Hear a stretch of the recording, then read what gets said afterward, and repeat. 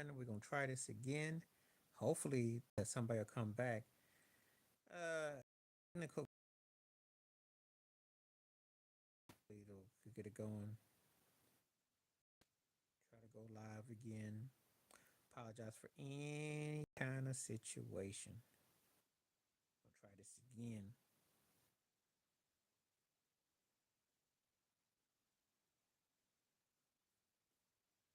Turn this thing on live.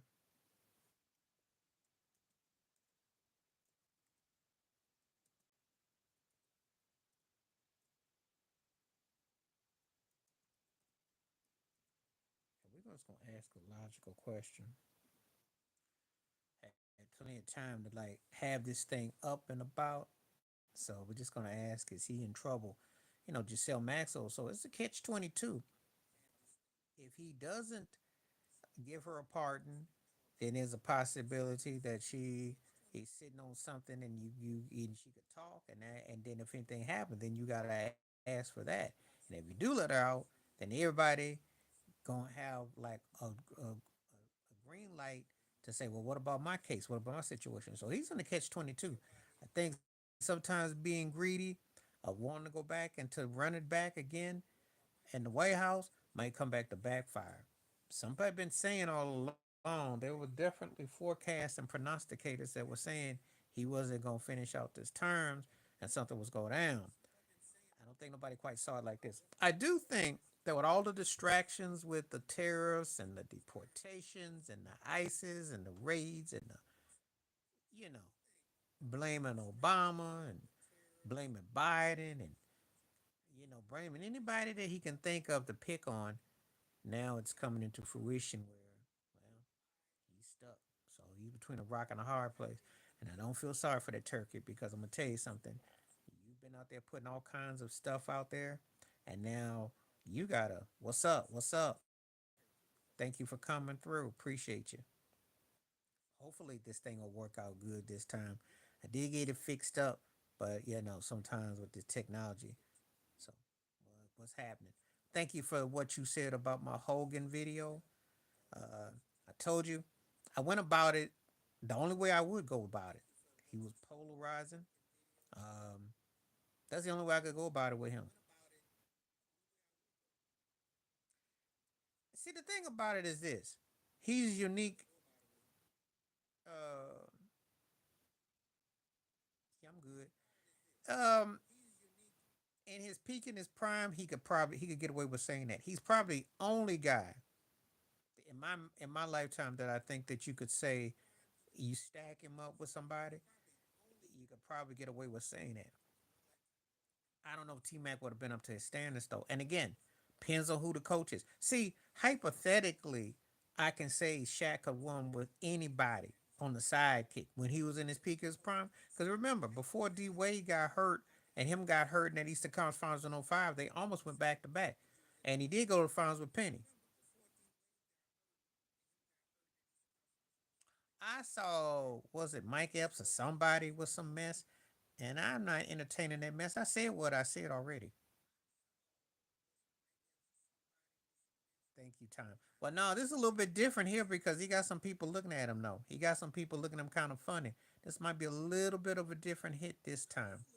Some about this feel a little bit different for Trump.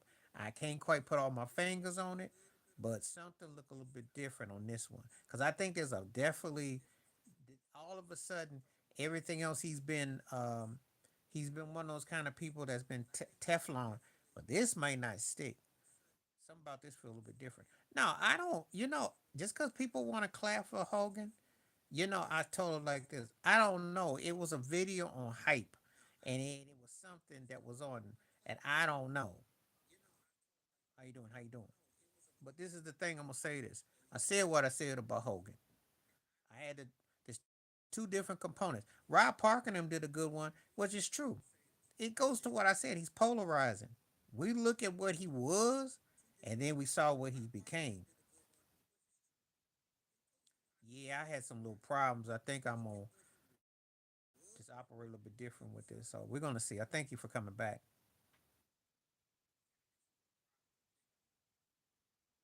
Oh well, yeah, because the conservative. Cause so The MAGA people want them files released.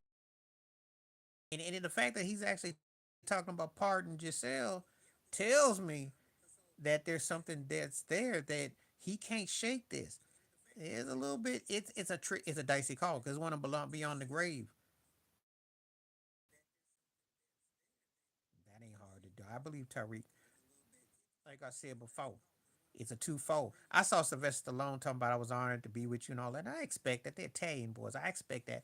But you see, like I said, I was talking about him last night. I said, yeah, when he was in his peak and prime, he was as big.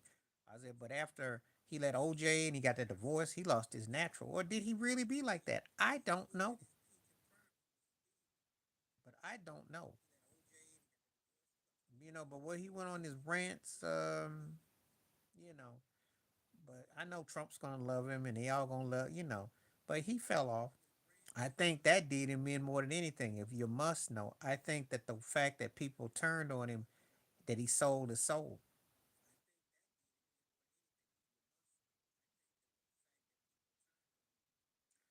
Mr. T was big, but it was a different type of big because he was a bodyguard who did TV and he had the imagery that was big and he was big.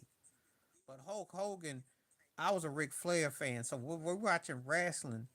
What's happening? Hogan was like Cena and The Rock combined. I saw that. You know what? Because first of all, I don't watch Oakland A's baseball, but they always find a cat that can hit that ball. They always got a cat that comes up. They can stink, but they always got somebody that can hit that ball. By the way, where are they playing at? Are they in Vegas? Because I keep losing track. But they always got a cat that can hit. Astros are starting to look suspect. Texas is climbing. And I don't want to talk about the Yankees, so don't ask me. But I'm just saying. But Oakland always keeps a stick.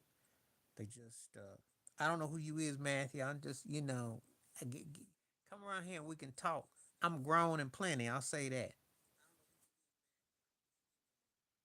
You got questions you want to ask?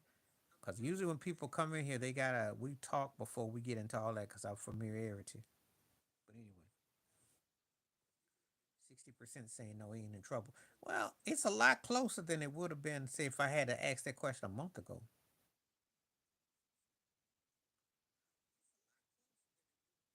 The Rock though it still was corporate though. It was corporate. But what I was saying is Hogan was bigger. I got into this discussion with somebody. I said Hogan was bigger than The Rock and Cena put together. Thank you, sir. You did usher the words in the other day, and I appreciate you. A lot of people are checking it out. I'm very thankful. I never take a moment, take nothing for granted. Appreciate all the supporters.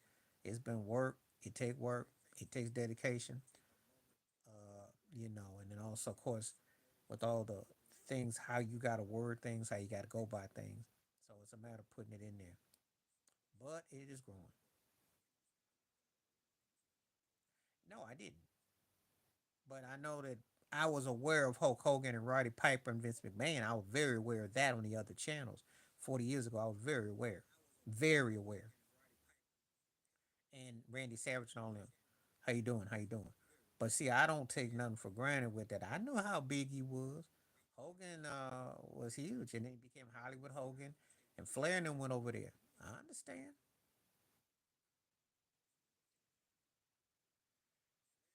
Atlas was around in a different era and time because I remember when he first came out back in the day. And Hogan may have befriended some of those cats. It's just like Trump. See, I'm gonna tell you something. It's a very dangerous slope only because he was big. He was big when I was a kid, and he was built differently. Junkyard Dog, who also became Stagger Lee, doubled up. But my point was, as I was saying, the cats he befriended them in a certain way, but they were Hollywood industry types. They ain't got nothing to do with the Central Park Five or the people he want to rent houses, apartments to. But when he was in Hollywood, yeah, some cats might not look at him as selling out. They might not been considered shuffling. Michael Jackson and Trump were cool once upon a time. It all depends on who you ask. Mike Tyson's cool with him. I can't really tell you which way Mike Tyson is personally though, because he was raised in between things. So he's kind of like a smorgasbord. You can't really say, that one's a very blurry. What is he? How he identify? But I will say this: Trump did befriend entertainers, athletes that were black once upon a time, and the people will hold up.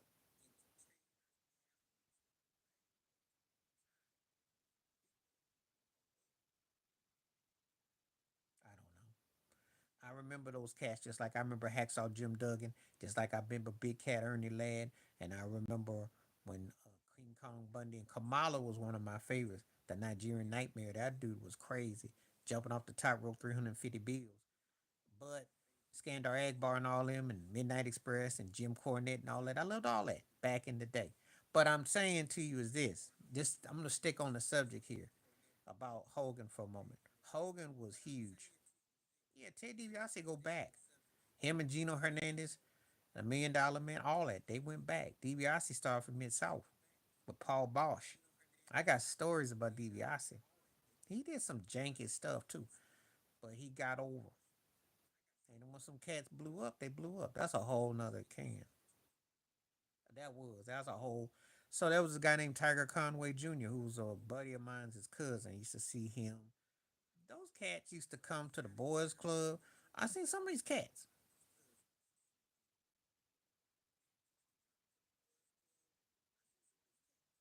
They two different type of misty blue hit your soul. It's real blues. I'm going down is like one of them songs that just breaks you up. So if I'm going by the sorrow, I'm gonna go with I'm going down. It's easy to digest. Misty Blue is tough. Yeah. Well, DiBiase and Gino Hernandez used to be friends back in the day, and that's back when Farrah Fawcett was messing with Gino at the number seven. DiBiase was $1 million man before he changed. I remember, and he crossed over. He went over there to events.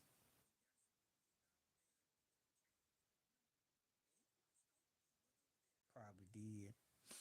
DiBiase was a player, y'all. But Savage, when he blew up, he blew up, and she went with the money. And Savage was the money. Don't let nobody bat my Slim Jim. He was huge. He was big. But Hogan was like known. And that's all I was trying to say.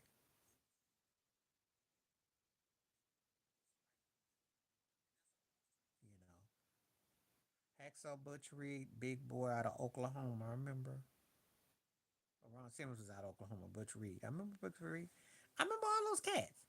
You gotta remember, we had a handful of brothers back then. This was before the Shelton Benjamins came along and got TV titles, which was unheard of. You know, they had a handful of brothers, handful, and this was before Karl Malone and Ryman and Shaq and them got in there. I forgot because when DiBiase's with Gino, that's before he went over there. He wasn't with nobody when he went. So I don't. The Elizabeth thing was after the fact. Okay, Bret Hart, um, Jimmy Hart. Who else was it? The Hart brothers, Garvins, Jimmy Garvin. I remember Gorgeous Jimmy, all them Garvins. I remember all that. That was a whole different era of wrestling. Different era. J.J. Dillon, all that. That was a different era. All that was different. But what was going on with Vince McMahon, that was more what you call the main stage, you see. And remember, I always tell you there's tiers of this. Piper was huge. Jake the Snake was huge. Vince McMahon was the precursor to Trump in terms of marketing. That cat marketing, he had everybody known. He marketed, marketing genius.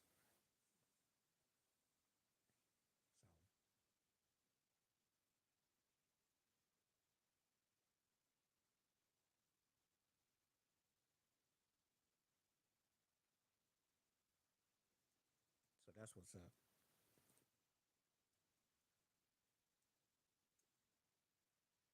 Put this on here real quick.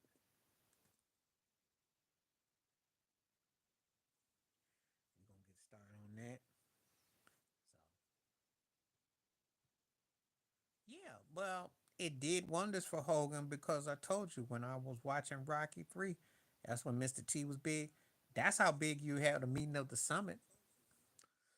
Hogan was in a Rocky movie. Now that don't sound like much telling you that in 2025, but you put yourself back there 42 years ago. You didn't have no wrestlers that were crossed over like that, especially with no Rocky. That did wonders. Hogan was huge.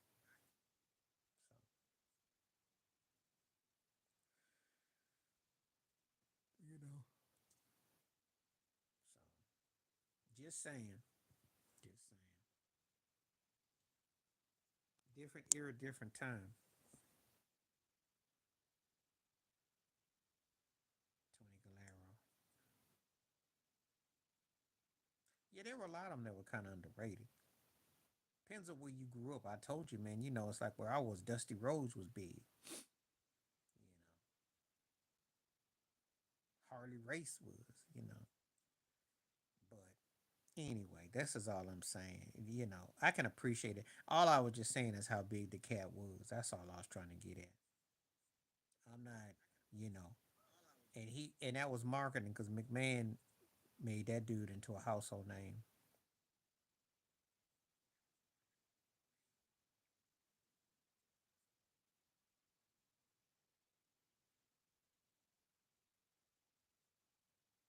So it's all good.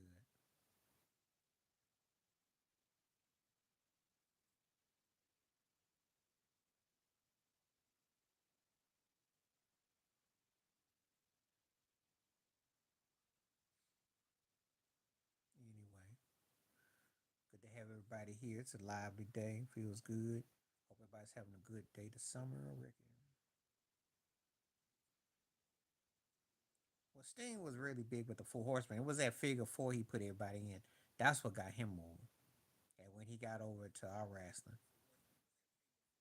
But I remember Steamboat. I remember all those cats. Like I said before, it was two different worlds. You had that wrestling on the East Coast and you had that Mid South, and it was different worlds. At TBS, it was a different world.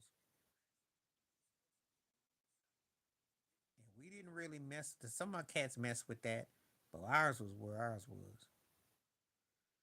We had Tony Schiavone. We had the announcers. We had the personalities. We was cool.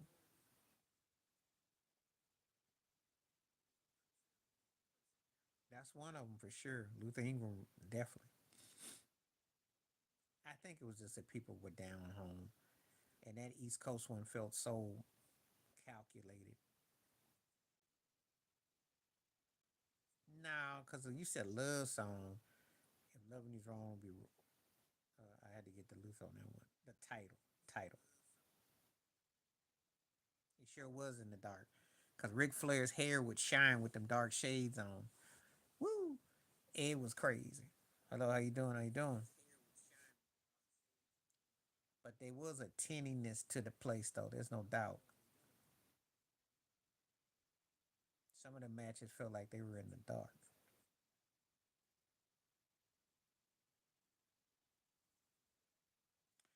62% saying no. I think this poll got a good chance to have some good legs, though. I really do. I still think that's a those are the odds are pretty stacked again that he gonna something gonna go down though. I really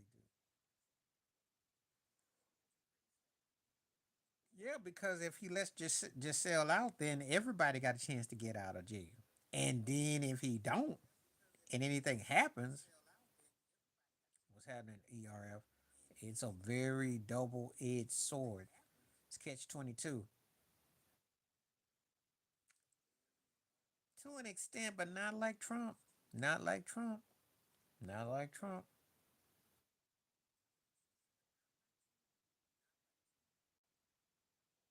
I think I don't want to be with Luther Ingram. Oh yeah, the Four Horsemen was a way of life. Buddies back in the neighborhood, a cat used to make belts. We all used to act like we the Four Horsemen. We'd line up. We took that. We took that for life. We took that serious. He don't have that, but this is one thing to prove the Russia thing. Got first of all, no president ever gets locked up, and second of all, if he go down, then the Clintons going down, and then Bushy Jr. going down. He sure did. He did. He did. Even though when I found out his real name and how they cleaned him up, you wouldn't have thought he would have emerged as he did. The blonde hair did wonders for him because he's from Minnesota originally, and they did a wonders on him. They really did wonders with Ric Flair. Because again, it's show business. So people don't understand. It's a show. It's entertainment. There was something that came out. There was something that came out, and I definitely think he took a beating in his persona. So,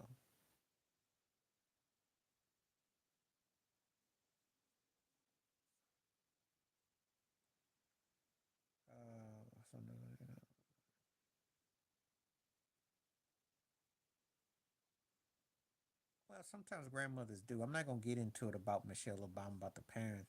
They were trying to live their lives. You know, I'm not gonna really get into saying one way or the other. I'll say this: they did put them in the best possible light, though. He did show hard work and dedication, and nothing else.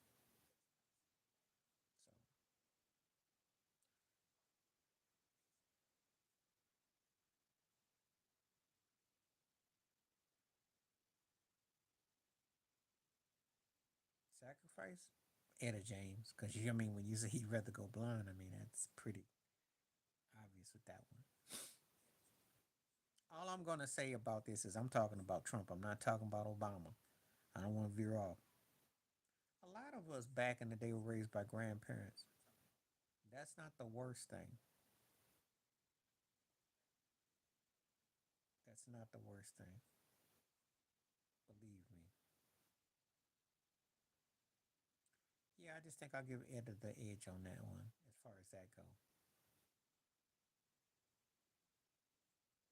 My question is strictly about Trump, though. I'm not trying to get into about Obama. This ain't about Obama. It's not about Michelle. It's not about Clinton. It's not about Bushy and all that. Let's just stick to it. See, one of the things I want to do here, we often than not, we always say somebody white got to be held accountable like somebody black. And then when I hold somebody white accountable about it, then people won't go bring up other stuff. I want to stick on Trump right here. Indeed, front and center. He a big boy.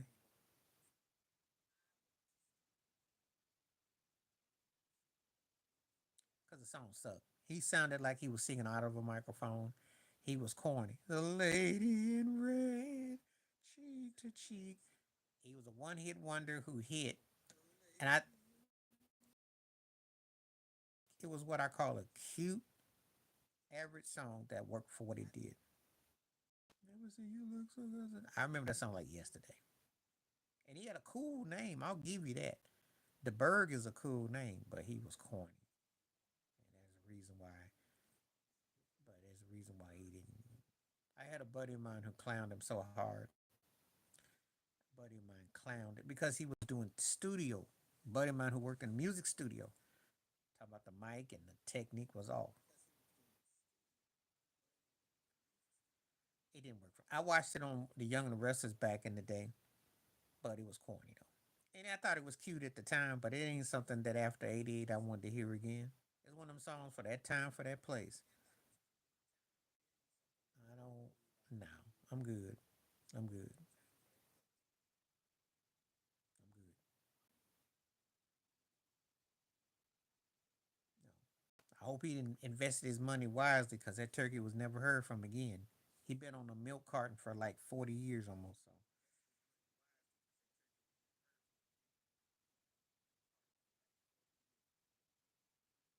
anyway, I digress. But I'm glad there's some people out there that like it though. More power to you.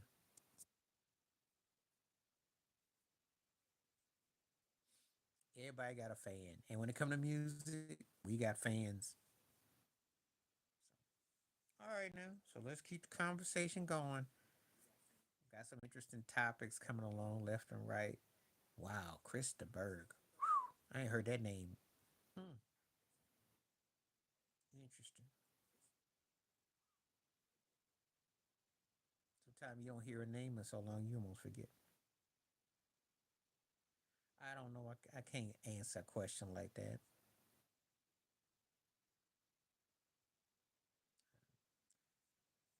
Just hope her soul is good. That's all we ask for. But I don't know. I don't know. You'd have to ask her that, and she probably say something crazy. No, I listen. It was a catchy song. If you go to somebody's wedding, it's the kind of song somebody will probably appreciate. Even though I don't know too many brides that are wearing red though.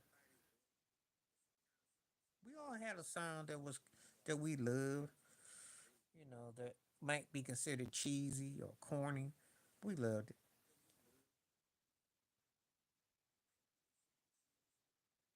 No, he already messed up because Elon Musk. That how you think this thing got some legs? If you call it that, you call how you think the same guy that put you in is the same guy trying to take you down. Think about it. That was a set to a double set. And Elon Musk got money to burn. You gotta wonder if that was a double cross that he just pulled. Think about it. Think about the hustle. That's one of the most gangsterous moves I done seen. That's pretty gangster. It's supposed to be Valentine's Day. It's supposed to be romantic. I know. I know.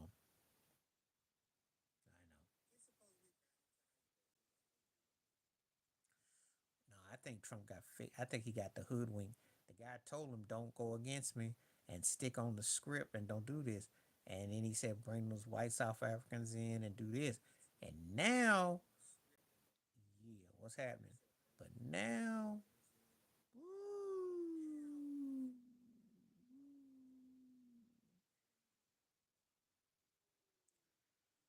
something didn't go right. Somebody didn't get the memo. Okay, we're at 50% now. I guess this thing is going on. You can have that constipated X-Lax do to yourself. Y'all heard of Saffron? Look, Michael Bolton had probably like two okay songs I like. I got a funny Michael Bolton story too. Cause the word was him and James Ingram used to be cool. And the story was that Ingram accused him of taking his vocal licks from him. They used to be boys. This was back, way, way, way. Bolton been around for a long time. Prayers and thoughts though with Michael Bolton as he's going through what he's going through on the personal side. But musically, he mainly sounded like he was constipated. I did like the best of love, the one he did with Babyface though. That's when he was involved with Ashley Judd, but most of his stuff is corny. I just time love and no culture bandit. Where is Ted at? Ted always likes to ask me about culture bandits. That was one right there. Michael X Lax Bolton was a culture bandit.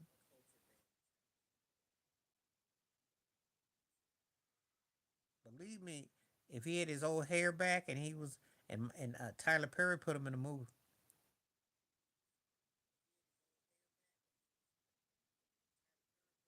have him singing them songs. He was huge. 55% say no. It's a good poll though. This poll is definitely on fire though. I'm liking this. It's on the people's polls. As a kid, he was bad. The old stuff with the doobies and the hook work he did with Steely Dan and Christopher Cross, and something right back then. I didn't care for his Motown stuff. I ain't like on my own. The old Michael McDonald was the truth. The old days, back in the days, was tight. He can play the same. I didn't like the Motown stuff albums he did. I thought that mess was corny. I don't know what happened. But his old stuff, the only problem with him is that his voice was bigger than his songs. Because a lot of his songs, his solo career didn't match what he did with the Doobies. Talented cat though, keep forgetting. And he had a couple other big hits, but it's the what he did with the Doobies. I was big on Daryl Hall. Once I loved Hall and Oates. However, I will say this: as long as the hits, because when it became like the albums, I couldn't listen to the records all the way through. But his hit stuff with Hall and Oates, he's acting like a real bum though. I hating on Derek John Oates though, because John Oates wants to sell the publishing, so he's tripping. I did buy a Philly Mood. That was my cut. That came out in '92. I like Daryl Hall. He was good. Well, they two different types of songs. Somewhere out there felt like a Disney. On My Own was a breakup song. So they hit me in different ways. I would probably say I like the vocals of Ingram and Ronstadt better, but I gotta say On My Own though. And that's gonna be twisted, but McDonald and LaBelle actually connected. That one hit. But I did like Somewhere Out There though, because James Ingram and Linda Ronstadt, two of my favorite singers.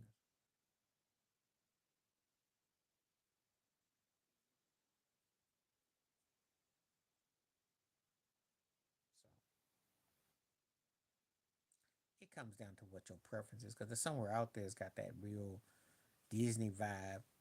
So all depends. But On My Own, it just worked though. Okay, so come on back. Let's get to more conversating.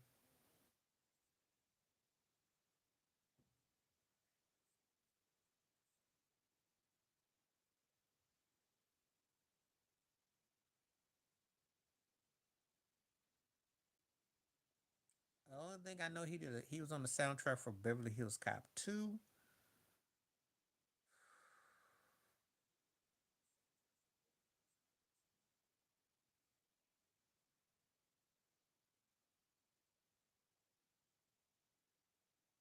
How Do You Keep the Music Playing? Probably was in 83. That he had early 80s. That's why he was on some soundtracks. You taking it back.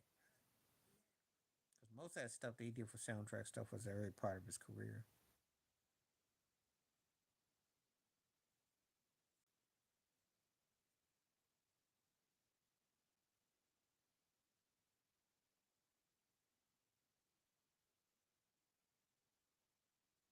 Tina Marie,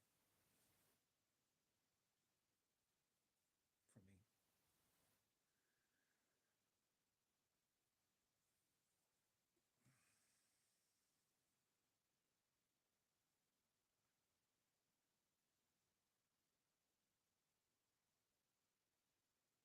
Tina Marie out the two.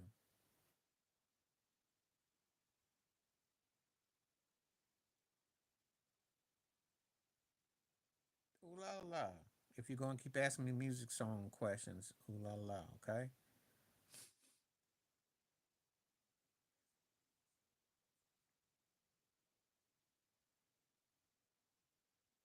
Because you were trying to ask me a lot of different questions about certain songs or things, and yeah, it's a cool topic, but I just gotta put my brain on that right now. Just keep it 100, because we're talking about Trump and stuff, and then get into these songs and stuff, and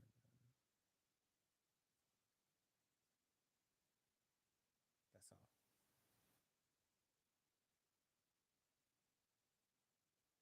The song was already out. It just was used. That came out in 81. I knew it was something like that, but again, you asking me about something that happened 40 plus years ago. I remember it, and I was thinking about, he had a couple other songs that were around too. But once the song had hit, then they used it again. Yeah, the song was already out.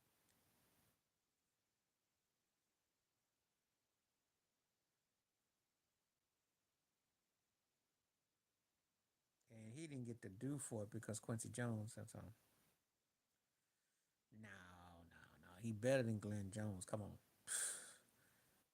Glenn Jones underrated like, but not underrated like that. Cause Ingram is what you call an unsung, but he did have moments though. Ingram was one of those guys that it's a little bit different because of the awards and the politics involved. But he had a bigger form. He was a better artist than Glenn Jones.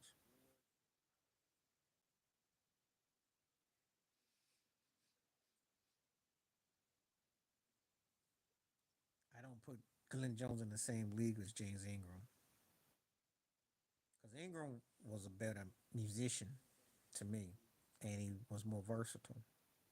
And I followed James Ingram's career. I like Glenn Jones all right, but he ain't in James Ingram's wheelhouse.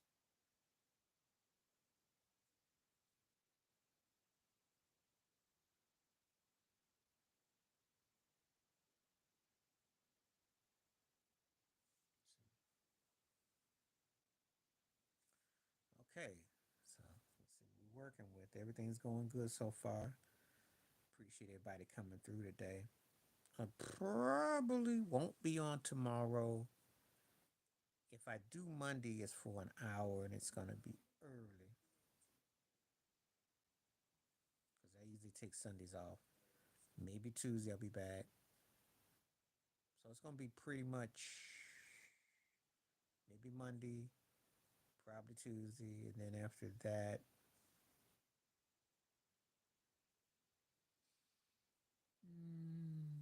probably Friday. It's gonna be a 2 3 days next week. Oh, I like Jones, but I don't like him like I do James Ingram. And I don't know how much James Ingram you listen to. James Ingram got layers to his career. I don't think y'all know how bad James Ingram was. His vocal wails alone was an instrument. You know, I mean, that cat. I got James Ingram's story, so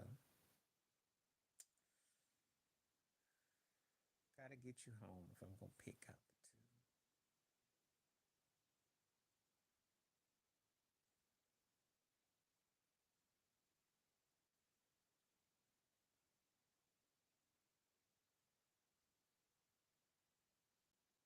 I'm gonna start to bench Tony and I'm gonna cut Camacho. I think Camacho had it going on early, but I think he ran out of gas though.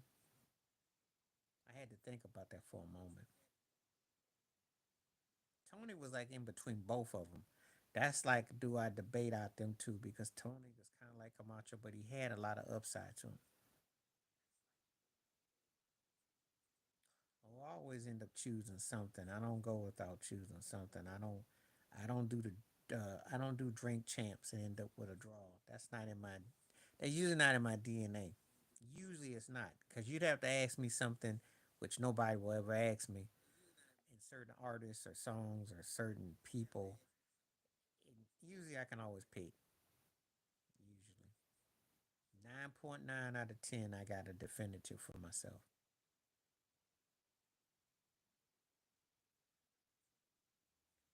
Girl Tonight was decent. I like the synth and the vocals, but Gotta Get You Home was fresh though. Eugene Wild for a moment. For a moment.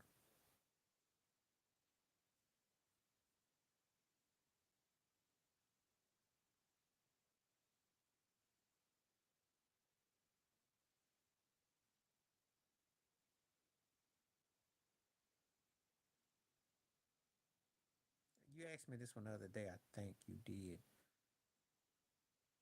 You're going to start Sugar Ray. You're going to bench Foreman. You got to cut Oscar. Now I told you before, Sugar Ray and Oscar cancel each other out, but the best of Sugar Ray Leonard was more valuable than Oscar, and Foreman's going to be the one that gets to stay. So,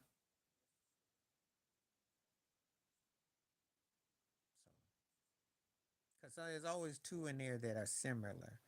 Notice that. Well, TLC was bigger, but Mary Jane Girls had the better material. That's how I'm gonna describe it for me. I'll listen to Mary Jane Girls records more than I do TLC. TLC, I liked it at the time, but I mainly liked their first two, and they both had like two records. But I think that the Mary Jane Girls had better songwriting.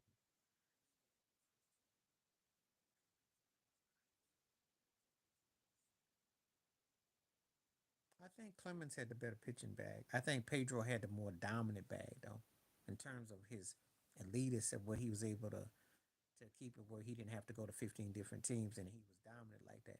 But Clemens, when he had it all speeds and he was because he was a different pitcher from Boston to Toronto, because that Toronto thing is what changed him. And then when he went to the Yankees and then with the Astros, he lasted for like 20 plus. So I'd have to say him. But I think Pedro had the more dominant in terms of utilizing what he had at his strength.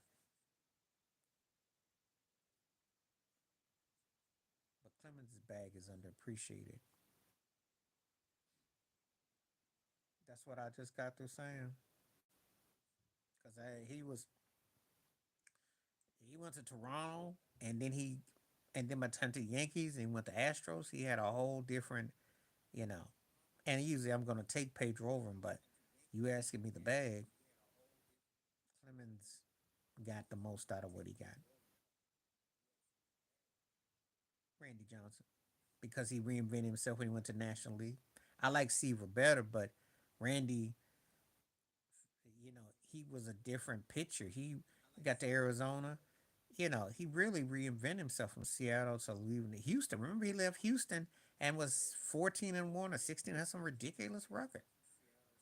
I don't think you realize how Randy did it. And so I like Seaver better overall as a pitcher, but the bag had to be RJ.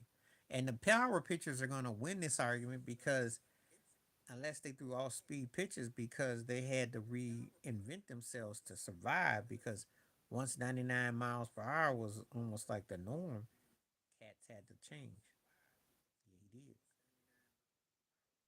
That's one reason why Nolan Ryan don't hold up so high. I like Seaver a lot. I said as a pitcher overall, but this is not about who's the better pitcher. It's about the bag. The bag doesn't mean who's the better pitcher. Seaver had a couple of decent pitches, but he didn't have what Randy Johnson had. Randy Johnson changed his whole dynamics.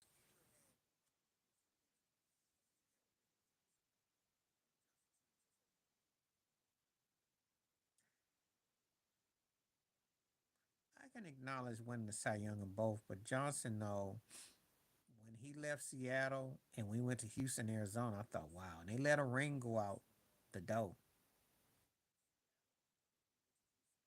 And I was like, wow. And I tell Ted all the time when I talk about don't let no ring go out. You never let a ring go out the door. He went to Arizona, he got that ring. You know, he was bad.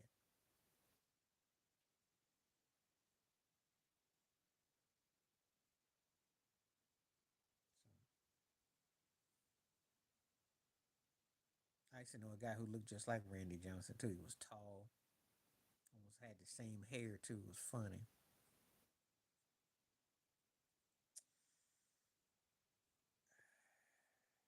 I like Messina's technique better, but I gotta say CC obviously added something.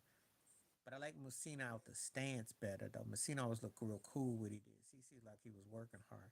I gotta give it to CC on that though,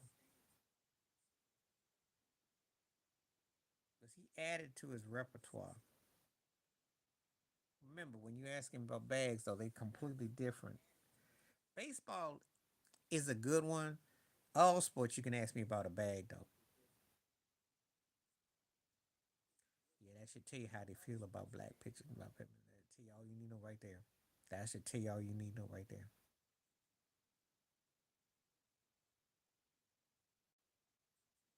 Even though Ferguson Jenkins and you said starting pitcher, Fergie Jenkins, Bob Gibson, you might be on to something. Unless you include Satchel Paige. Hmm. I can't argue. It is. It's sadly it's real low numbers though.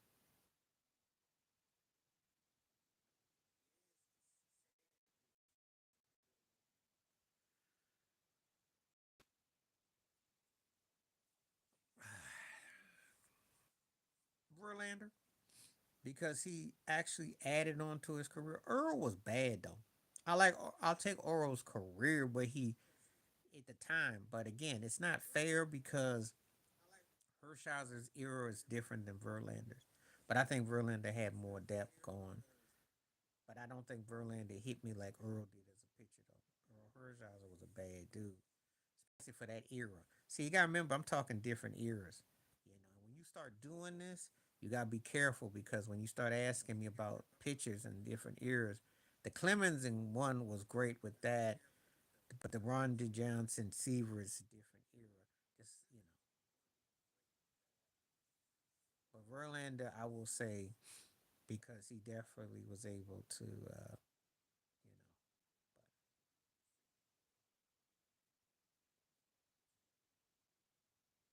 But Randy Johnson is left-handed.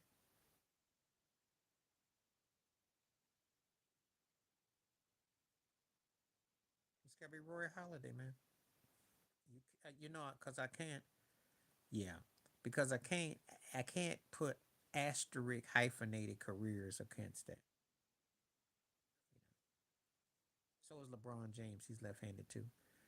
Can't do that. So you gotta be like I said. When you ask me these things, is because you know if the White Gooden had a pitched out, but we never did, so we will never know.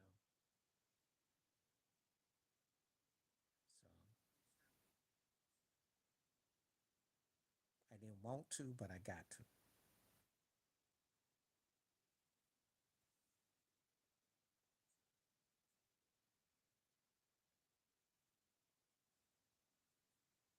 You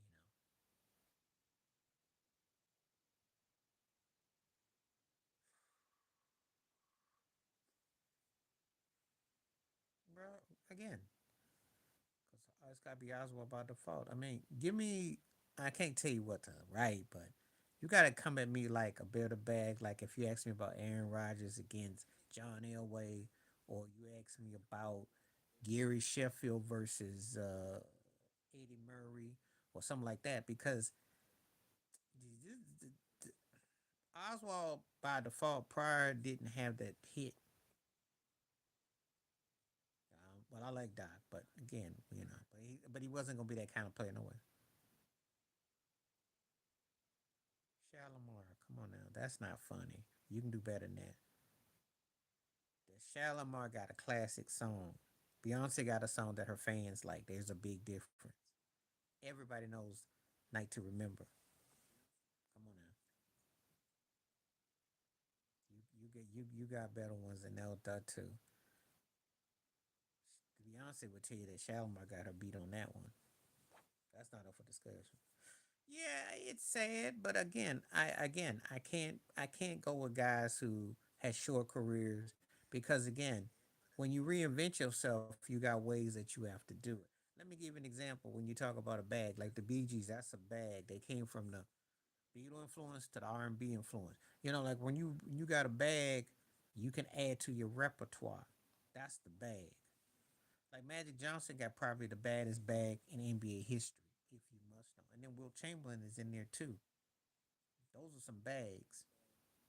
The bag is they could beat you in different ways. I don't like Bill Gates, so you ain't gonna give me that. I'm not big on Oprah, so I like Obama as an orator, and he was a decent to an extent, you know. I mean, you know, but I ain't feeling no Gates in him. Much respect to Nelson Mandela, yeah. But that's what I mean by the bag. Like if I had to find a picture, I don't like Aaron Rodgers, but let me tell you something about him.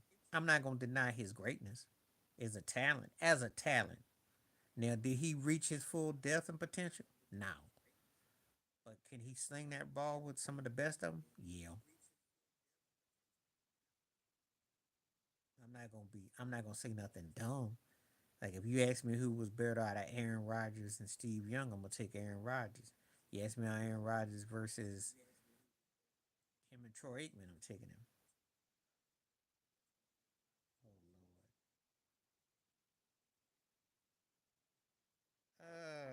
Lord. God, man, you really went for the bottom here. I guess I gotta start David Wells. I can't stand David Wells. Yeah, they always talk about final season. I guess I'll go in the order you gave me because Bartolo. Well, he got to retire because he know Goodwill ain't got any more if he can make it through this year. 50%. Thank you for the people taking the poll. 50% good. That's what I imagine. That tells me that people are in tune. They are in tune. Thank you. I know I've been having this discussion with you for the last 2 years. I don't know why you don't like Jordan Love. It's not all on him. It's Matt LaFleur. Why don't you let that greasy head coach get some? Why don't you give him some? You never give Matt LaFleur none. Why you in love with Matt? I'm not saying that you're in love with Matt LaFleur, but you know what I mean. You never come at Matt LaFleur. He the one who be making some suspect play calling. Connie Hawkins was a bad dude. And that was the dude that Dr. J allowed him Connie Hawk had crazy hops. Bad dude. No, you're not gonna get to see a lot of Connie Hawk because they didn't put a lot of footage, but the footage they did, he was bad. Of course, anybody that played in the NBA when it was hand checking and no 3 point line, you well, hey, you got to. It was it his fault of the 49er game? Okay, he did throw a bad pick, but they still should have beat the 49ers though. I mean, he did do better. Let's give him his due. Yeah, I will give you that. He's a gunslinger, but who was a gunslinger before him? Before who in Green Bay? I don't know if he gonna have a Brett Favre career though. But all I'm gonna say is this: get the kid. Let's see what happens this year. Okay, because I think they got to be the legit team.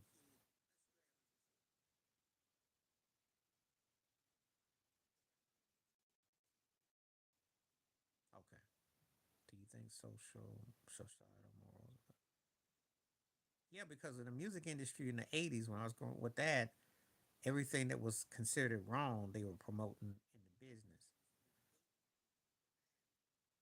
So it's always been like a opposite of what's going on.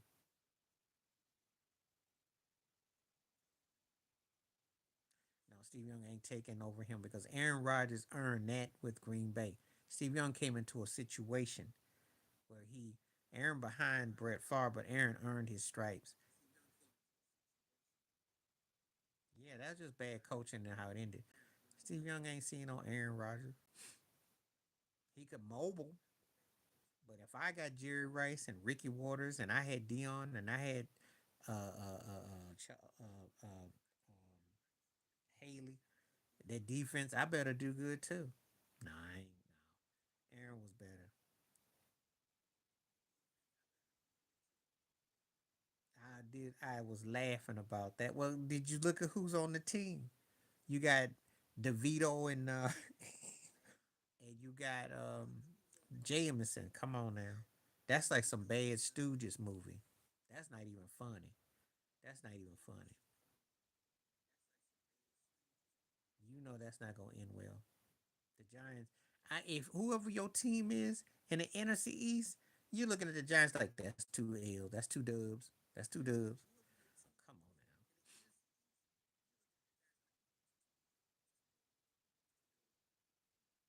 The only passes that Russell Wilson is connecting on is Sierra. That's it. So, funny story you mentioned that. I remember I came back from church the night, hit the TV on, and what did I see? That haymaker pass that Aaron Rodgers threw that moonshot that landed in the end zone. You talk about like, whoa, yeah, he sucks though.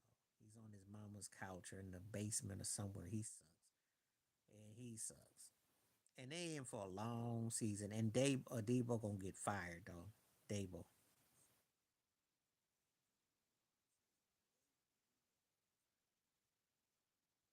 No, I got to see highlights of Connie Hawkins, so I was familiar with his ball handling, and he had hops. I didn't get to see like it live, obviously before my time, but I got to see what I saw, and he was legit. He was legit, and he one of them cats that you find any footage, you'll be studying it, just like Elgin Baylor. You owe it to yourself to study these cats, because some of these cats would stomp a mud hole. What's going on today? Because I don't miss. That's what I did. I didn't miss with not watching. I caught different folks, and I'm aware enough to seen enough to say, yeah, he could play. He had crazy spring in him. He was very influential on Dr. J's game.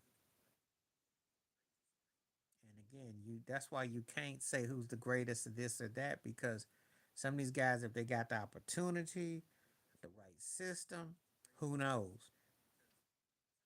Who knows? But I'll say this: if you made a name for yourself back in the day, chances are you were great. And there's no hyperbole. We gotta sit there and scratch our heads. It ain't like today when some turkey got a Belcher report about, oh, you're Paul George is one of the 75 greatest players and sitting up there with some of these other turkeys. I don't know. Oh yeah, he said that, Connie Hawkins. we got a comedian in the house. You funny. I'm not saying it wasn't. And but remember, he went against Eli Manning, who does nothing but come up big in the postseason. That's almost like kryptonite. And I didn't say Aaron didn't stink in the postseason. I'm not letting him off the hook. Well, he was hurt before the season started. I'm not surprised by that. Who was that they said he was going to be an MVP candidate this year, though? I don't expect nothing. I saw the best of him in Seattle. 2019 was the last time he mattered. And when he went to go with Denver and he, that first game back, and the dude went with the kicker over him, I knew right then and there Russell's days was not.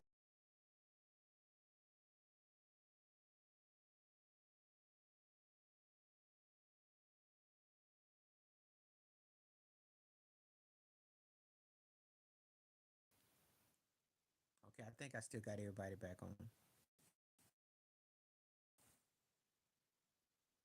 You can hear me good, give me a one. He didn't do nothing in Pittsburgh. He was just playing like a glorified middle of the road picture. Cam, I'm just hating. Nothing. I'm not gonna make it into that. I just think he just hating because Jalen basically did stuff he liked to have done. Been a stretch at the 1 yard line with the stretch. I'm not gonna call him on that. No. Fast car was about between your jobs and taking care of your home life and all that, etc. Yeah, Sierra wanted to go to New York. She wanted L.A. She wanted to go to New York a long time ago, but the Giants weren't gonna make that move for him. But that ain't what that problem is that that's where he played his best football. He played his best football. Thanks to you. So Fast Car was about surviving, getting through life, etc. And she did good with that song. No, Sierra didn't like it. I remember that. But the problem was she didn't like it because she couldn't really. They're not exactly like the most. It's not the. It's not Chocolate City, and at that time,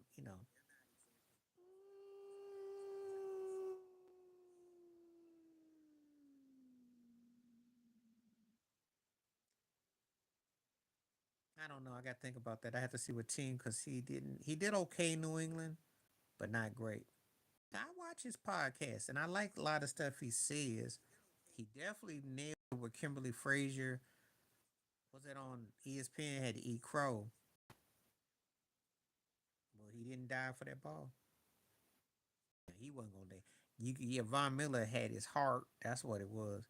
He saw Von Miller. He's like, "That's okay, cause I didn't get my money." Von Miller had his heart. I ain't gonna even. I ain't even mad at him. When he saw Von Miller, he's like, "I ain't getting in there," cause Talib and Anquan Talib and Von was stacking cats back then. I think it was. You have to Google that. But that's the old thing as a play on words about Dorothy and Yellow Brick Road with the Wiz, but Wizard of Oz. But you have to Google that. His storytelling was decent, but Barney Taubman wrote most of the words, though.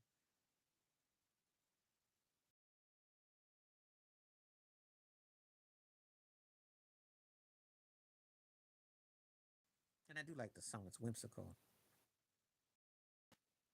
but a lot of it's hurt. But you went through a lot of stuff. If you followed Elton.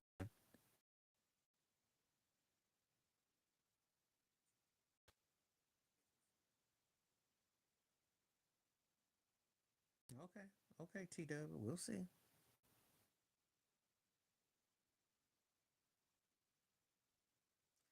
No, I'm not gonna go for that. He didn't listen.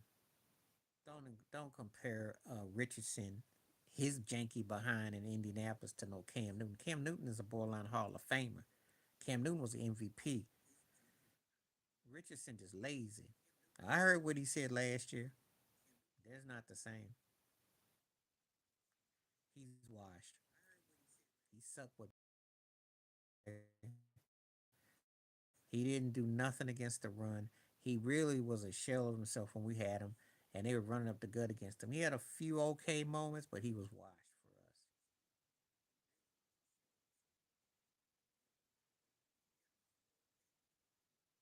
I wouldn't, I wouldn't, I'm not gonna sit there and Richardson ain't tried at all. There's a big difference.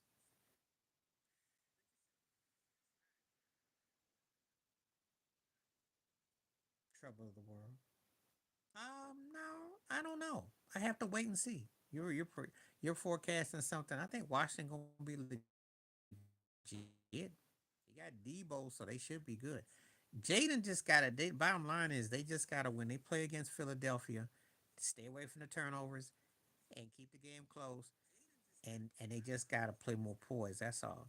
Because he snuck a lot of games last year. Oh, teams are gonna make sure that they spy on him because he snuck a lot of games.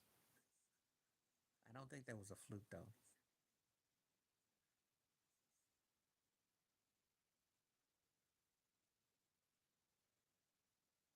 I like it. I like Jaden. Your mama be hanging on to him a little tight though, but I like him though. But the only thing I'm going to tell you about Jaden is that they, they're not beating Philadelphia. Not if Philadelphia comes with, if Philadelphia at their best, they're not beating Philly. But they can definitely be a strong threat.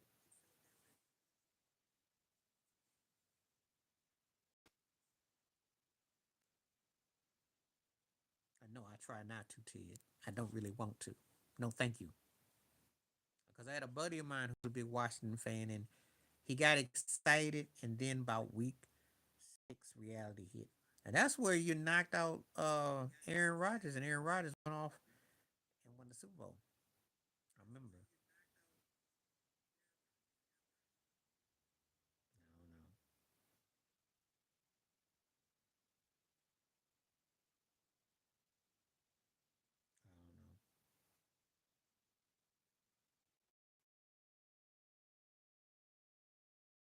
I don't know. Um,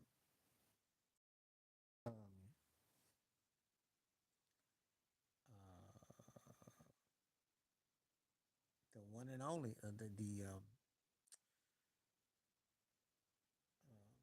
we already know between Good Morning Heartache and also when she talking about slavery. I'm not thinking right now, but it's the big one. Pretty much, he sucked there.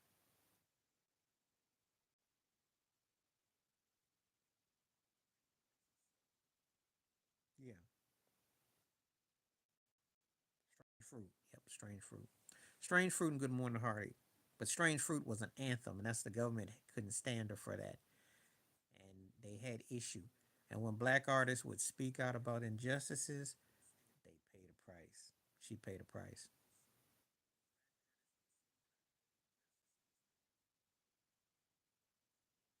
So Strange Fruit was definitely a song that.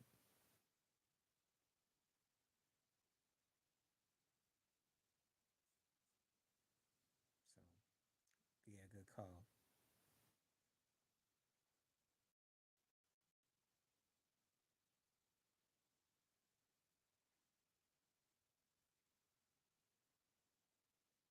Who can talk about football? Been playing it. Know who you talking about? McNabb was a good quarterback because he was in Dallas. He just wasn't great. Talking about wasn't great, but he was good because To was in Dallas and he wanted to shine. And Romo was likable, but they see the reason why To could pop off is because he was messing with second and third tier quarterbacks. Time he had somebody that was considered legit, he had to be on his P's and Q's. That's why he acted like he did. But them third tier, them Jeff Garcias and them busters that were just coming off the pine, he was gonna talk any old kind of way. He wasn't dumb.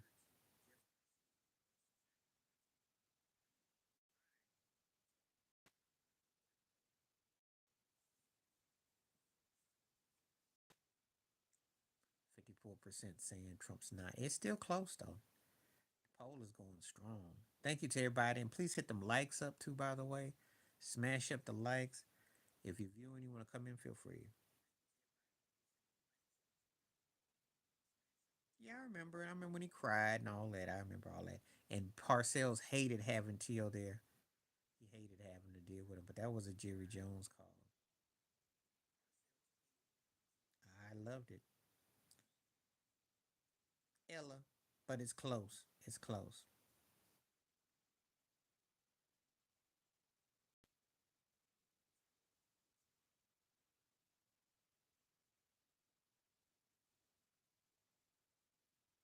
Ella for me. But Sarah was bad though. But Ella for me though.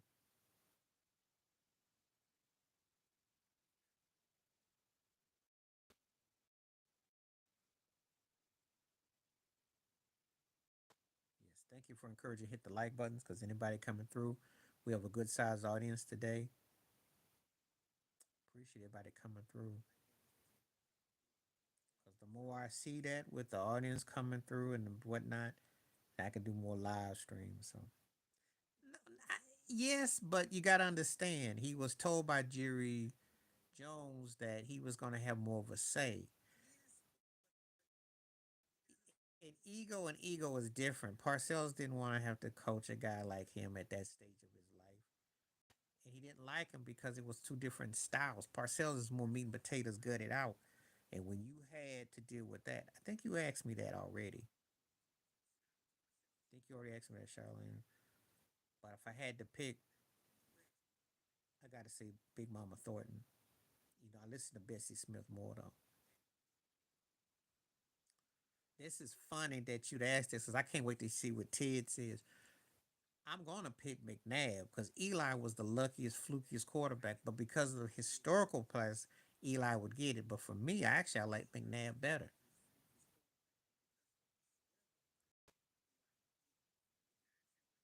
I know that's a tricky question there. That's a trick question because everybody going to talk about they beat Brady and the rings and the weight, but he sucked a lot of times during the regular season. And McNabb was a good quarterback. Eli is a borderline average who turned into a great in the postseason. And I want him drug tested. And we sit around, he didn't make the Hall of Fame. There's a reason why he wasn't first ballot Hall of Fame. Think about it. So, you know, that's why people don't look at him like they do Roethlisberger with two rings or Elway. He doesn't fit the criteria. That's a good question, though.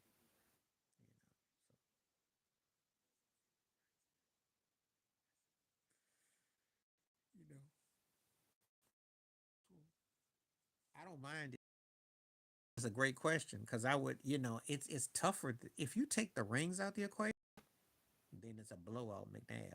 The rings in there,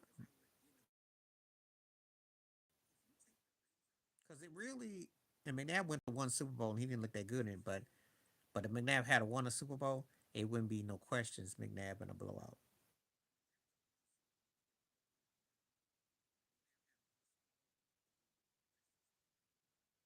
Because I don't think a lot of Eli Manning.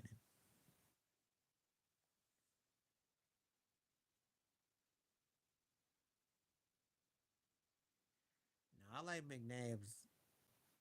I thought McNabb went to what 4 or 5 straight and NC Championship games. Eli is one of those guys. He hit, but a lot of times he missed. So, and Eli was erratic. He was erratic.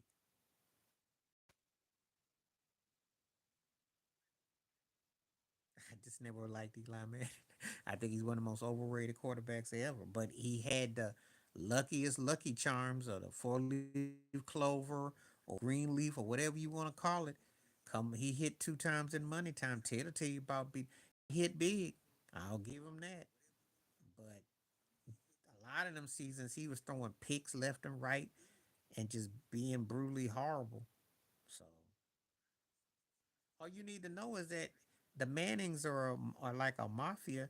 They're on all the TV. They're plastered, and he's got hype, and he couldn't get up the Hall of Fame his first eligible year. So I should tell you something.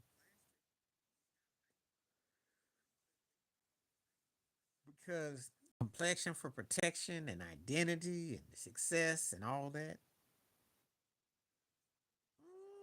No, because McNabb didn't throw the kind of picks that Eli did. He didn't throw the picks that Eli did. Not early on, anyway.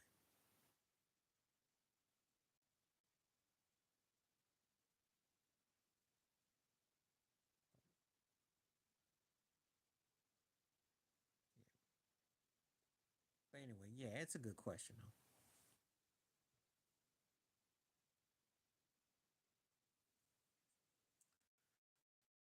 That one gave me thinking because I don't think it's that. I don't think it's easy to.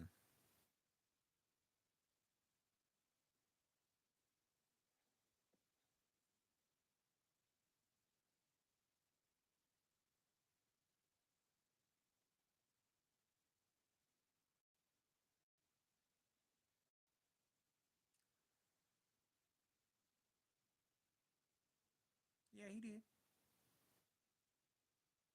That's not saying much though. But he's not. He's not a better quarterback than Aaron Rodgers. So you ask the average heads, they're gonna tell you Aaron Rodgers will dust Eli on his best day.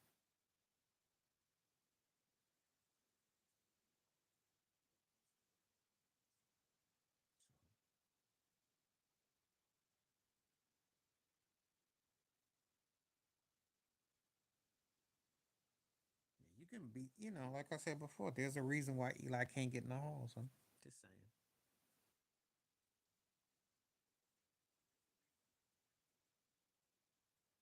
you know, we're not gonna beat the same horse though. We already been through this song and dance,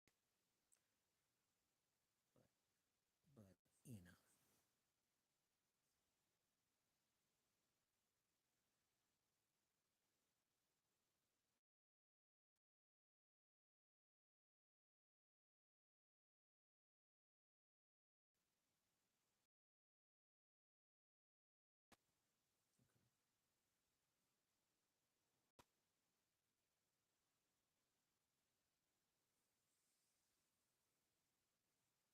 see what we got. Okay, I'm just waiting on some questions.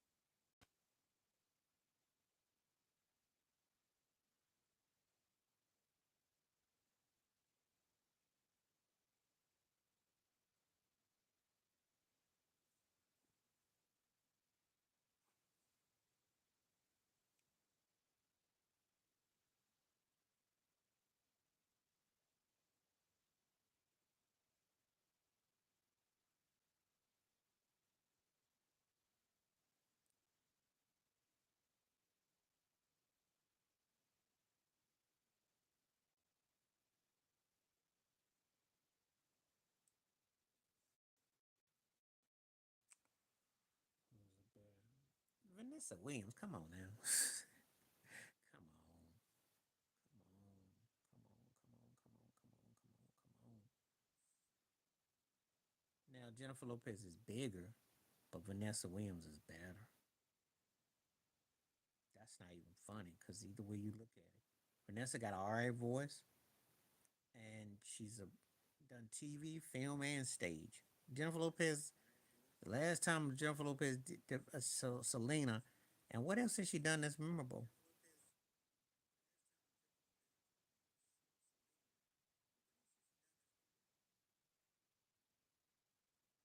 Vanessa cleans her out.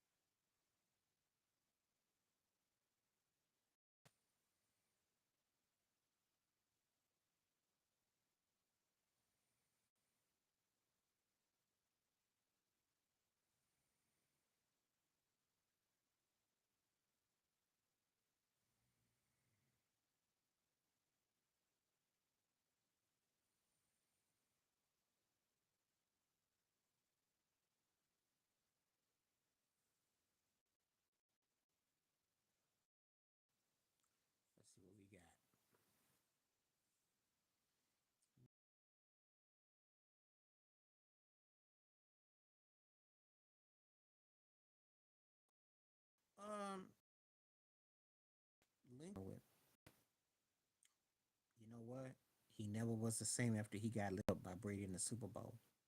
That's interesting. That's close. I'm gonna say no. I'm gonna say no for now. But he was good though. It's close. Gotta give me some time. Yeah, interesting question, Charlene, because Lincoln, and that's gonna be a future question. So thank you. You inspire me for a future. Lincoln is more business fried. I've seen some good knowledgeable things. Facebook is more cliquish. So I definitely it got me thinking because that was where you go. Yeah, that's what hurt him though.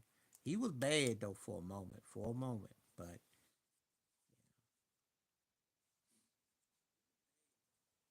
cats like him and Patrick Chung for the Patriots. I like cats like that. They're versatile.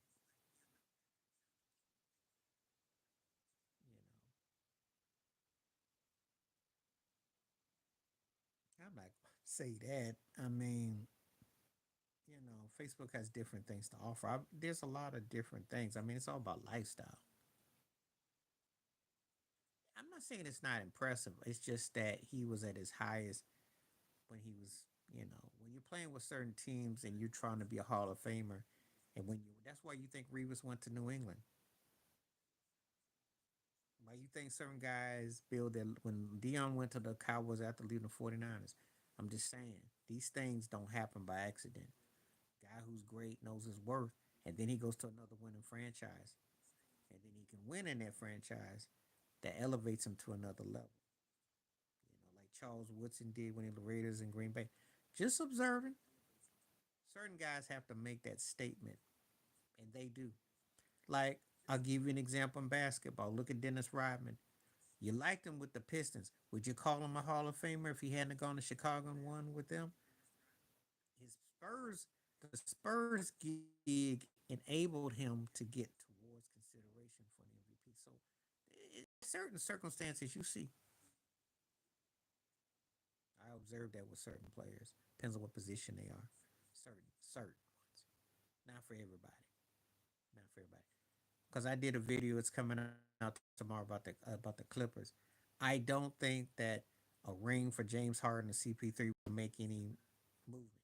I do think Tyronn Lue and Kawhi Leonard stand to benefit the most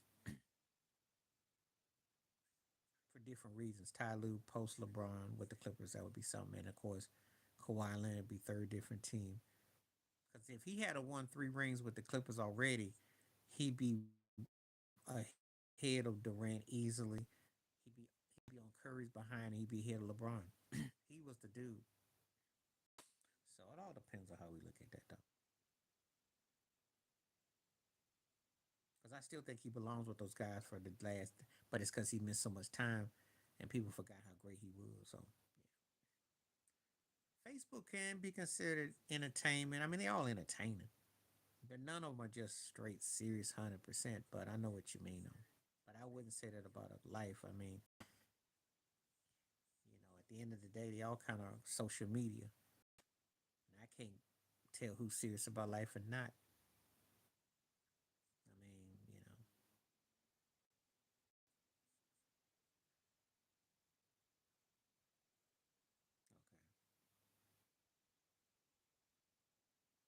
All right, let's get some more questions. So we up here waiting. Let's see what we're working with.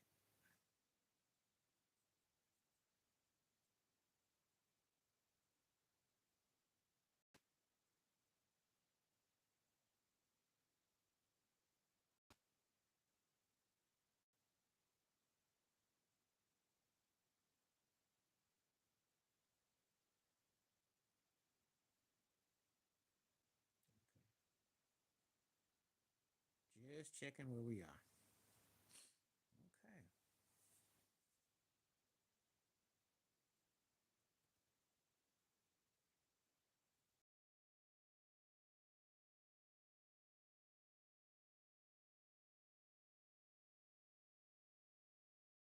Like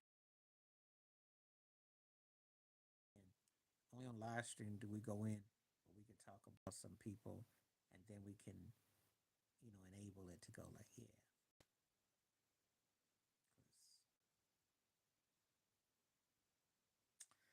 style. She was more of a polished type of artistry.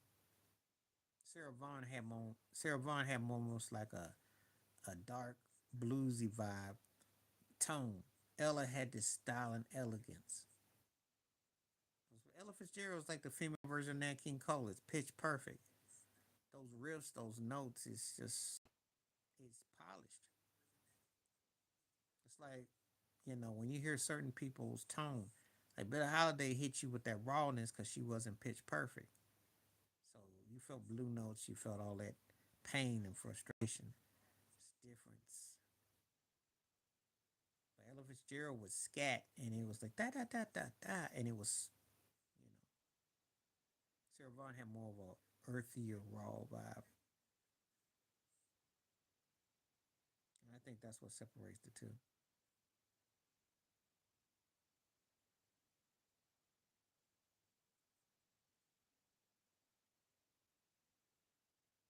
Bessie Smith, ain't nobody's business. She used to listen to her all the time.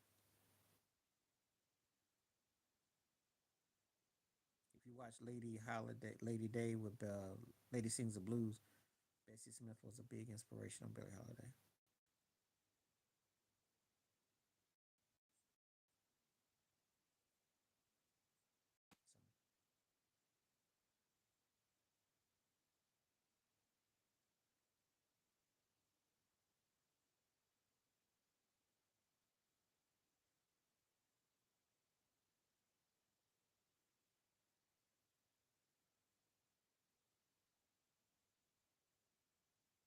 So, she used to listen to records and she was inspired.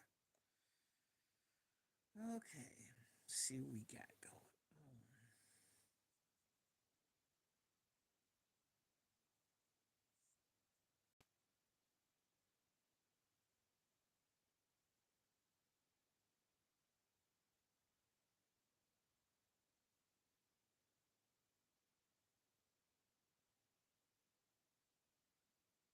All listening and waiting.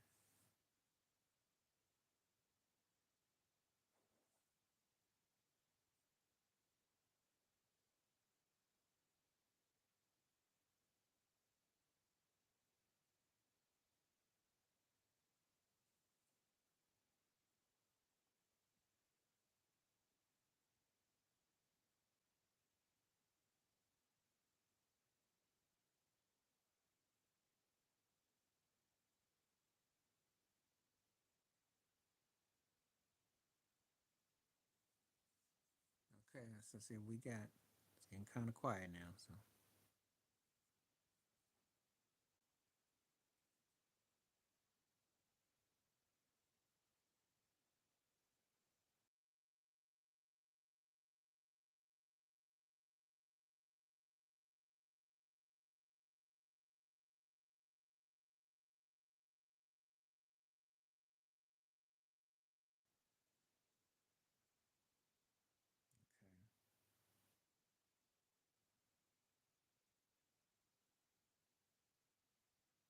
okay, Bee Gees, come on now, you gotta be funny. You gotta be. You know how big of a Bee Gees fan I am.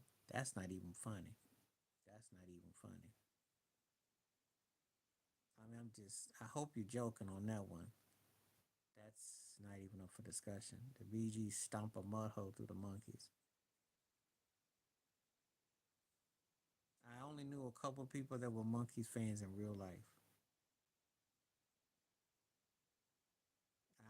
I got a good sense of humor, so I'll let you. You made me laugh.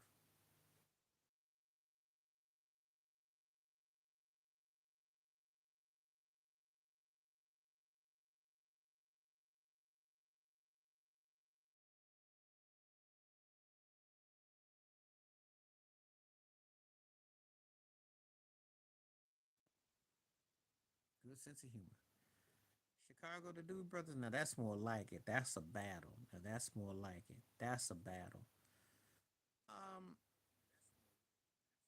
Chicago. I think they got better raw album material. And the Dewey Brothers didn't always have Michael McDonald, but that's more of a battle though. I will do that for a future polo. You definitely got my attention though. I think I'll use that one. You helping me out. That'll be for future though.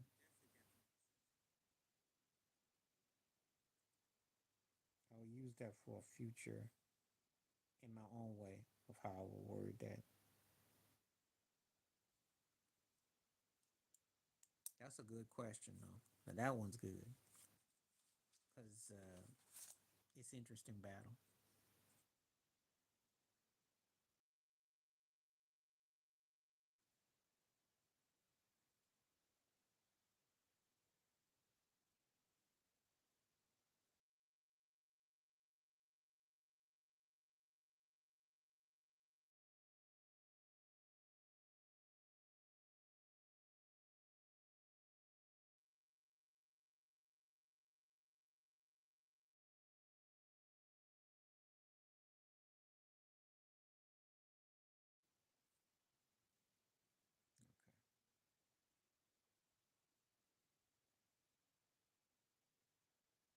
I just sent out some acknowledgments that I did this live stream. So maybe some people come along. If you like the live stream and you got friends and anybody want to come through, feel free to pass the word.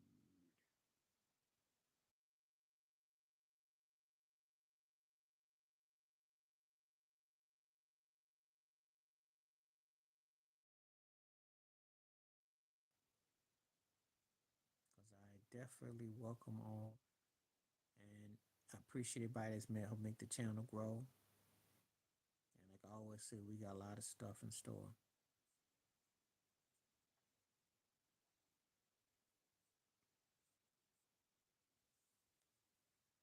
And I'll probably be on for about 20 more minutes, 10, 15 minutes for sure. I'm not going to be on tomorrow, so I think but I appreciate the welcome back.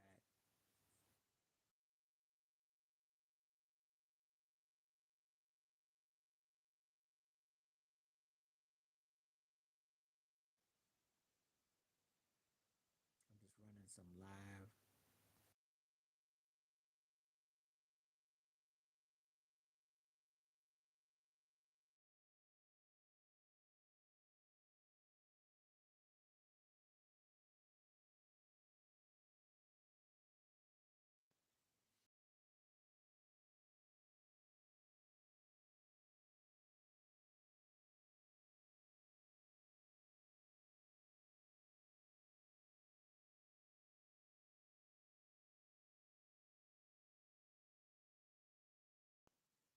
Okay. So it felt pretty good today. It felt good being back. Felt like I hadn't done this in a while properly. And I appreciated when it came through yesterday. Oh, I love falling in love. What you won't do for love? If you don't, if you almost put falling in love against some other type of song, I might pick that one. But you ain't beating Bobby Caldwell. I can't tell you which one to put it against because you didn't do it. But you're not beating Bobby Caldwell. But I do like falling in love a lot though.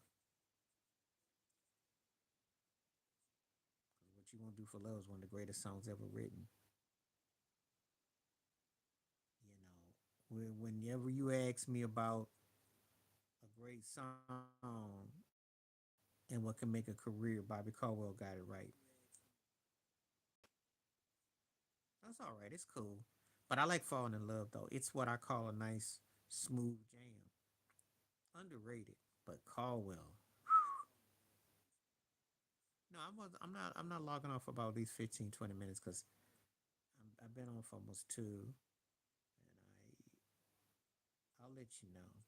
I just was sending out some notices promoting the site, what I do.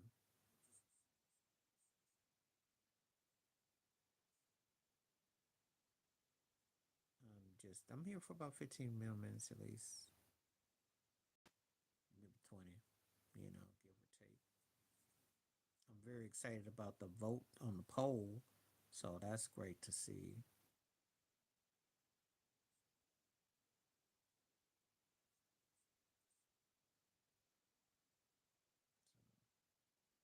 And I took a couple of the questions, some things that you asked. I'm going to use those for future videos, months ahead though. I liked what you asked me. Chicago and the Debbies and the Facebook link, and I think those were good. So I appreciate that. I will use them for future episodes.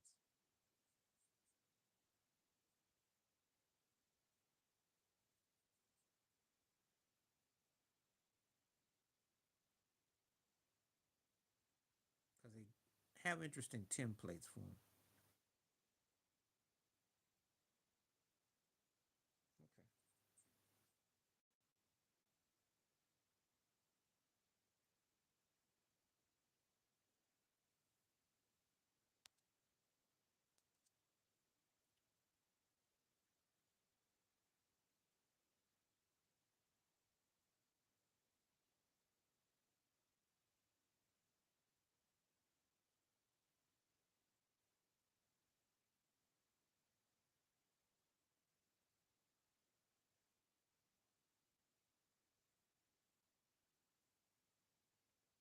Okay.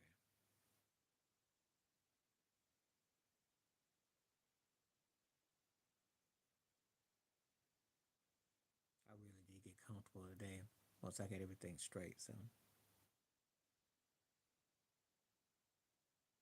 it's a good day though. I will have these streams that I don't put up. They'll be put up in a couple of weeks. The live ones.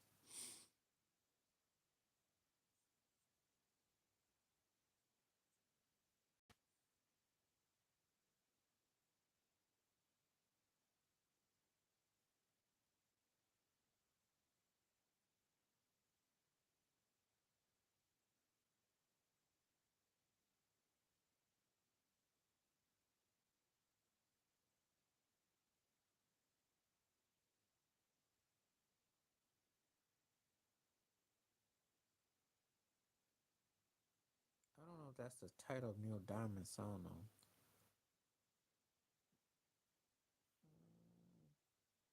And that's not one of Neil Diamond's now.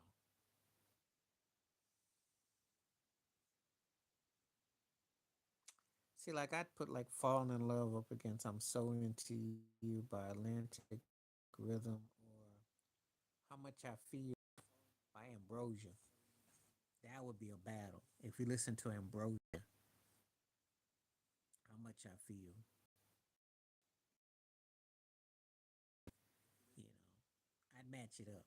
I can't tell you music and, you know, things. You'll know what I mean. But I appreciate you mentioned Falling in Love. That's a tight song, though. That is, I do like that groove. It's just that that's what I would call the AM radio blue eyed soulful vibes that was popular.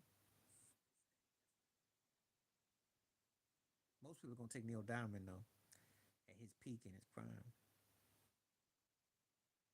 Just saying.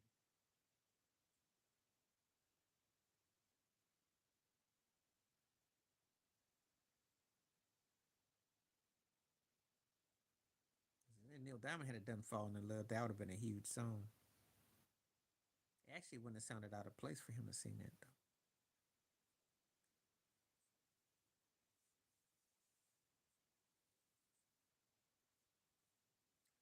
Well, "Falling in Love" against "Hello, I Must Be Going," but Todd Rundgren. "Hello, It's Me." "Hello, It's Me," but I think Todd Rundgren would win that though. So it depends on where you go with it though.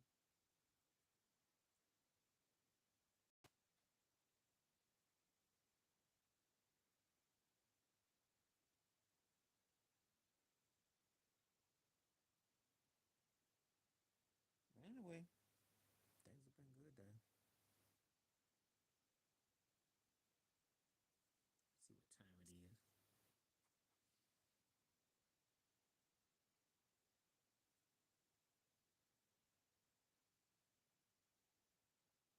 It feels good to have my system back. I tell you, it really does.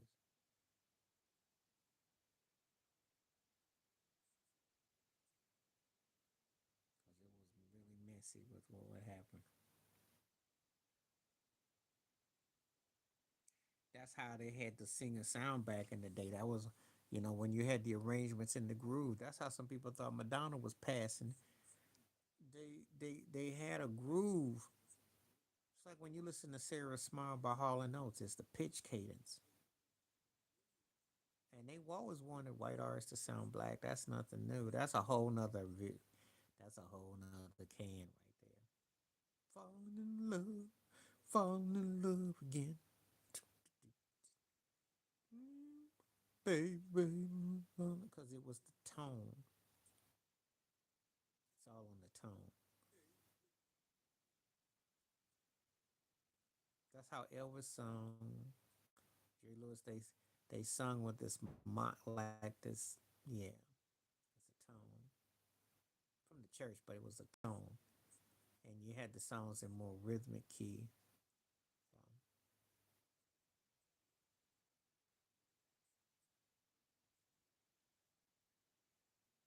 So it's really like that's how the cats are trained to sing, because that's when cats weren't going to disco, but could they were what they basically them cats was listening to the stylistics and the OJs and the Delphonics. They wanted some of that. They wanted some of that Philadelphia sound, Motown. They wanted some of that. Presley was better. That's what Tom Jones was manufactured off of Presley. But I think Tom Jones had a better rapport with his stage thing. I think he was able to keep on doing what he did. But Presley was more versatile as an artist, though. Because, I mean, Presley did the holidays. I think Suspicious Minds is one of the greatest songs ever. We're caught in a trap. I can't let go. Suspicious Mind was my song. That's probably my favorite Elvis Presley song. Tom Jones had some moments. I like stuff that he did, but Elvis was more versatile. His holiday music, his gospel music.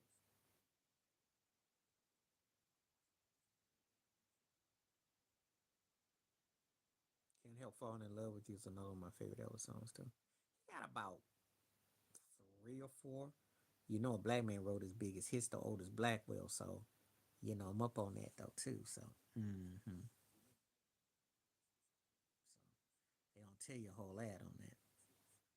But anyway, but Tom Jones was based out of it, even though Tom Jones has black in his DNA, but not all the way but it's there though. That's a whole nother video, another story though. But he was built off as like a Europe England version of Elvis though. It's done like that on purpose.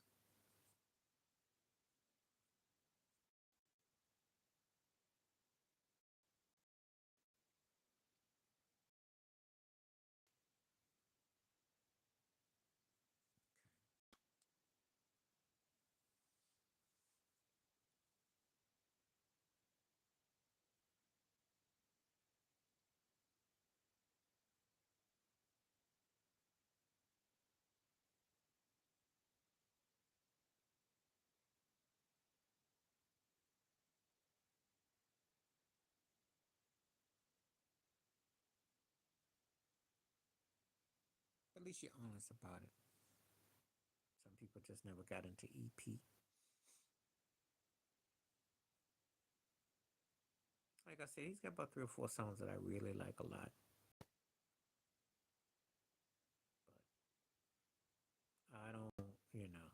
I don't profess to be no big Elvis fan. I like a few of his songs. I won't deny his influence and impact. And he had one of the coolest names ever.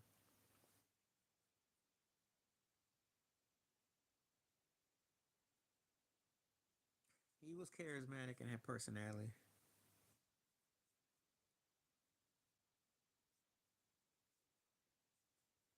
But then he kind of faded in the light though. He had a window and it just, he was what you call a window in time. Sam Cooke. Come on now, Sam Cooke. Percy had one big song and he could sing, but Sam Cooke changed the game. You listen to Sam Cooke, Sam Cooke's influences are from everywhere from Bobby Womack, Terrence Trent D'Arby, to R. Kelly.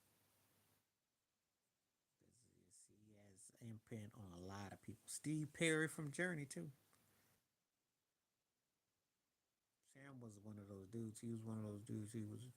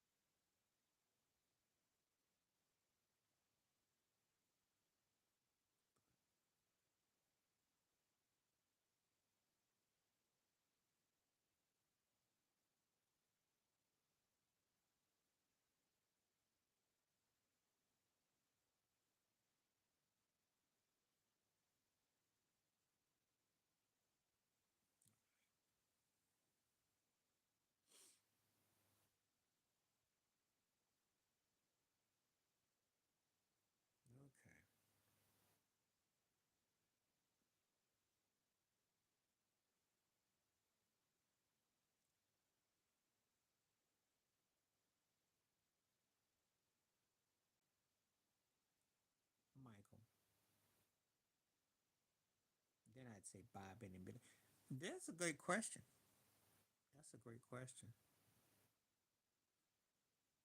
But I think Michael is probably more. There are a lot of Michaels have been successful. That's a successful name, though. I'll say that.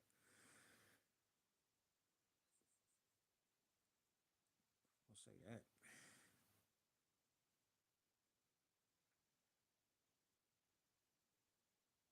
I'll give you that.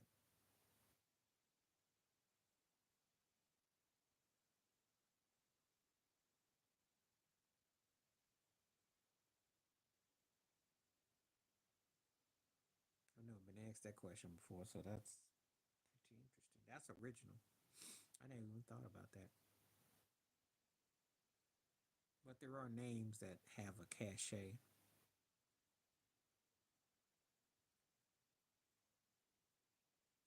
Chuck Berry in a blowout. Come on now. Come on now.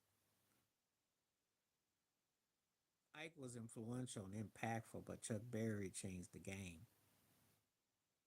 And he had a better solo career and he got a better catalog. Ike has his place, but it's not at the same table as Chuck Berry. Different tables though, and he's got a from a duet and what he did with Tina and all that, but Chuck changed the game though.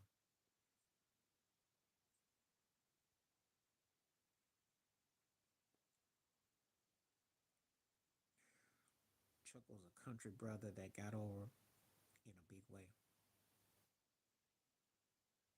I don't know if you know how popular he is. He's insanely popular. Because Johnny B. Good. So if you ever seen Back to the Future with Michael J. Fox, that was used in that movie 30 years after. It's pop culture. So I mean, Chuck Berry's got the landscape.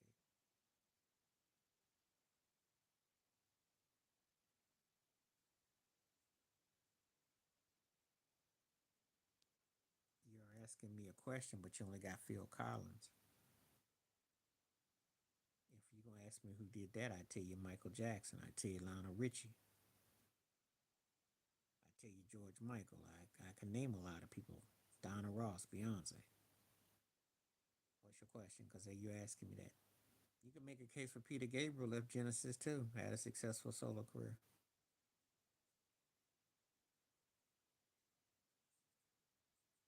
Freddie Mercury never left Queen. He didn't do much solo. That's not a good question because I'm gonna tell you, his solo career wasn't that memorable. McDonald blew him out for a solo career.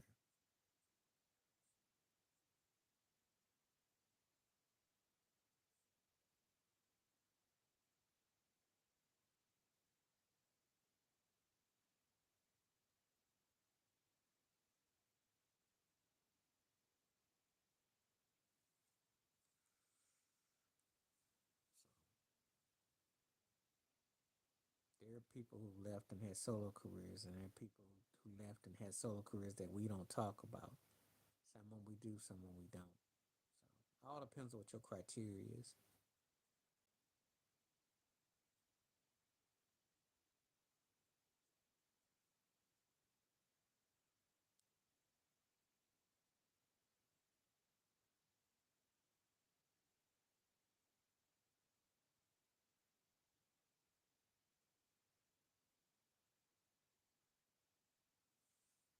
Let me see something quick.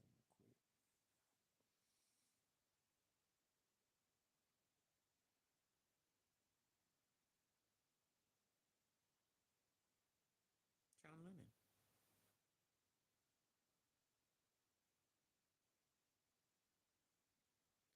And Peter Gabriel didn't have nothing to match John Lennon's solo career. I like Sledgehammer. I like some he did, but John Lennon had a bigger solo career. John Lennon.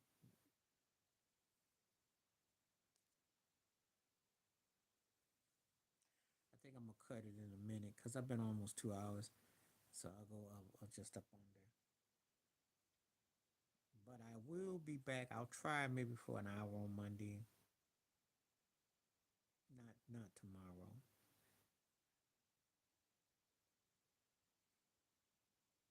As of course, as always, I appreciate when it came through. It was great to have human contact online again.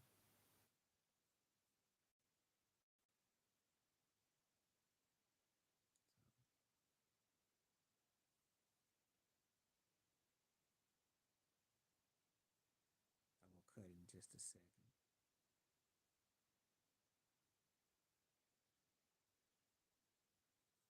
But I appreciate when it came through. Thank you for coming on board.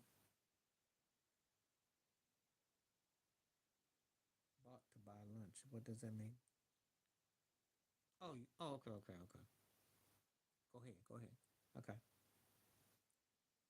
sure. Hit me before you go. About to buy lunch. Okay, I got you. I didn't get it at first. Okay, okay. What's your last question before I go?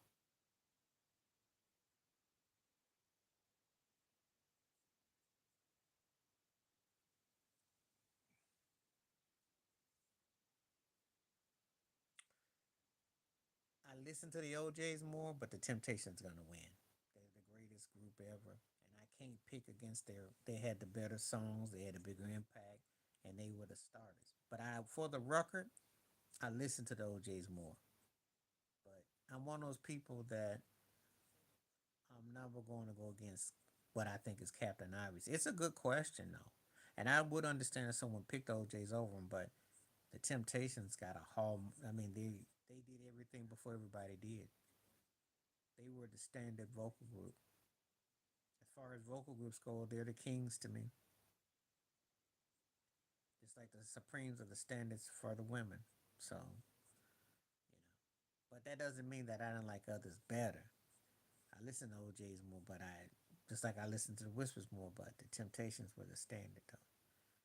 Kendrick Ruffin and those guys and what they put down. Smoky writing and all that. I mean, you know. So no, it's a good question. I think that's a great question because I think it's because you're the question you asked for me. I listen to the OJ's more, and I'm a huge OJ's fan. OJ's gonna win that. Now you were better with the OJ's and Temptations. Harold Melvin and Blue Notes were good, and they were on the same label with Philly International. But I like songs and things they did, but I listen to the OJ's far more. I did the OJ's a lot more than that one. I think that OJ's Temptation was a heavyweight fight. I think the OJ's were better than Harold Melvin and the Blue Notes. Even though I know about Harold Melvin and I know about Teddy Pendergrass, and they had moments with vocals. But some of the material just didn't hit me like the OJ's. That's all. So two different hits. But good question. All right, on that note, appreciate you. Thank you so much for coming through. Always glad to see you. Thank everybody that came through. Okay, I'm going after this. Okay, this is it. Cause I gotta go. I gotta go with the Whispers. The Miracles I liked a lot, but a lot of that's because it was Smokey. And I do listen to a lot of the Miracles actually, but the Whispers get more play. But they are top 10 groups. They're both from the top 10 groups. Smokey stays, but I did like the Billy Griffin era, but I got to give it to the Whispers. But that's a good question, though. That's a good one because that challenges with the leader. But I got to listen to the Whispers one. All right. Appreciate that. On that note, I am done now. Thank you so much. Peace and the bless. I'm out.